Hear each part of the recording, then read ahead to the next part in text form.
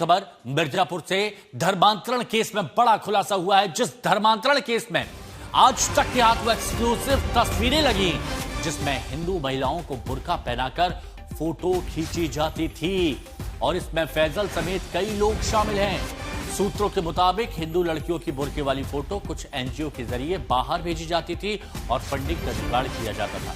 इसके अलावा इन फोटोग्राफ्स के जरिए महिलाओं को ब्लैकमेल किया जाता था। मोटी रकम इंस्टॉलमेंट के तौर पर ली जाती थी। सोचिए, यही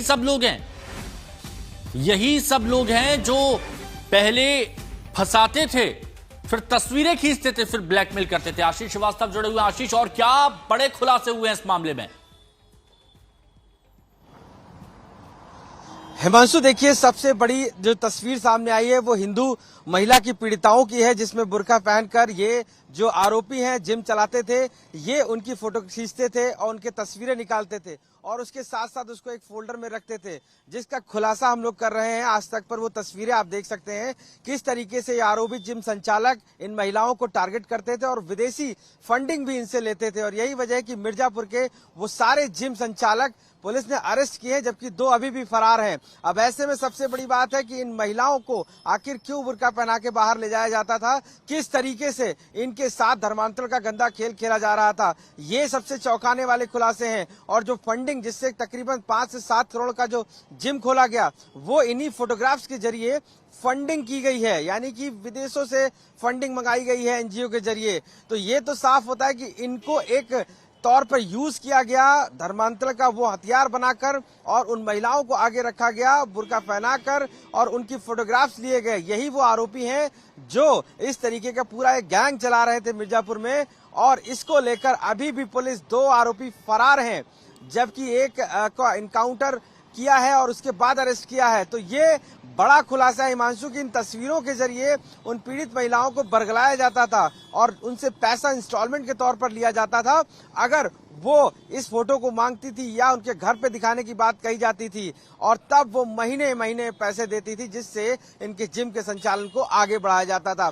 इन तस्वीरों को चौंकाने वाले खुलासे, बिल्कुल बहुत चौंकाने वाली खबर है ये कि कितनी ही लड़कियों की फोटो है, कितनी ही लड़कियों के वीडियो हैं, उनको बुर्का पहनाया जाता था, फंडिंग ली जाती थी, यानी कितने बड़े पैमाने पर ये नेक्सस चल रहा था। आप समझिए इस बात को। और आशीष, जो हमारे सहयोगी अभी इस बारे में जानकारी दे रहे थे, उस जिम पहुंचे जहां पर ये पूरा गोरख धंधा चल रहा था धर्मांतरण का, जिसे प्रशासन ने सील किया है। वहां से एक रिपोर्ट देखिए। मिर्जापुर में अवैध धर्मांतरण का जिम KGN 2.0, जिसको पुलिस ने सील कर दिया है।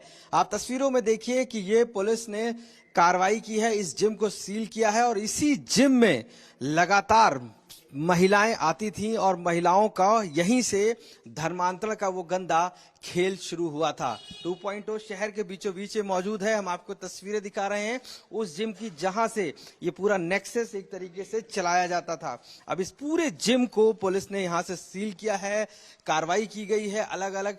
अगर आप तस्वीरें पाएंगे तो ये जिम का एंट्रेंस है और एंट्रेंस पे ही एक बहुत बड़ी सी ये बिल्डिंग है। अगर आप ऊपर तक देखेंगे, इसी के नीचे इसको बेसमेंट के टाइप में जहां बनाया गया है, वहां पर ये जिम स्थित है और यहीं पर ये शहरों के बीच में है। महिलाएं आती थी और इसी जिम में आप देखिए कितनी महंगी मशीनें यहां पर मौजूद हैं। ये मशीनें वो रुपए को इकट्ठा करके बनाई गई हैं जो सही धर्मांतरण के लिए प्रयोग किया जा रहा था।